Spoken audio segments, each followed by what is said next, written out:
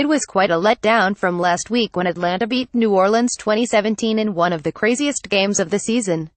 The Broncos beat the Colts 2,513 in the final Thursday night game of the year, but Indianapolis really might have won. In winning their second game in 4 days, the Broncos improved to 59. The Colts fell to 311. That means Indianapolis has better draft position than Denver. But you play to win the game.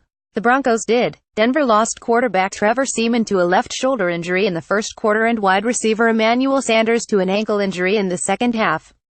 Their absences didn't slow the Broncos' offense. The Broncos gained a season-high 462 yards, while holding the Colts to 228 yards. Running back C.J. Anderson had only his second 100-yard game of the season and his first since Week 2 when he ran for 118 against Dallas. His 158 rushing yards on 30 carries against the Colts were his most since he had 168 on 32 carries against Kansas City on November 30, 2014.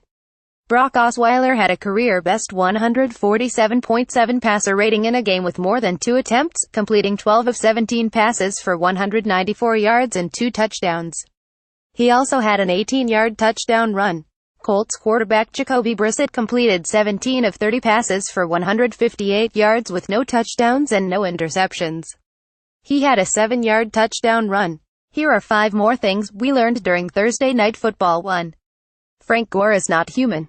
The Colts running back became only the second player in NFL history with at least 1,000 scrimmage yards in 12 consecutive seasons. Hall of Famer Emmitt Smith accomplished it 13 seasons in a row. Gore, 34, needed 59 yards from scrimmage to reach 1,000. He left with a left knee injury in the second half after gaining 46 total yards. But Gore returned for the start of the second half and finished with 37 receiving yards and 31 rushing yards on 13 touches. He did that 4 days after carrying the ball 36 times for 130 yards against the Bills, too. The Broncos' defense ranks first for a reason. Despite the team's struggles, the Denver defense remains among the best. It entered Thursday ranked first in total defense and tops in several other categories. It isn't all the defense's fault. The Broncos entered Thursday ranked 24th in points allowed. Denver has allowed 5 return touchdowns. The Broncos showed they still have the running game and the defense to win with. They just need a quarterback. 3. Adam Vinatieri should get his bonus. The Colts kicker missed his only 2 attempts in impossible conditions Sunday in Buffalo, dropping his field goal percentage from 95.6% to 88%. He will receive a $500,000 bonus for making 90% of his field goal attempts this season.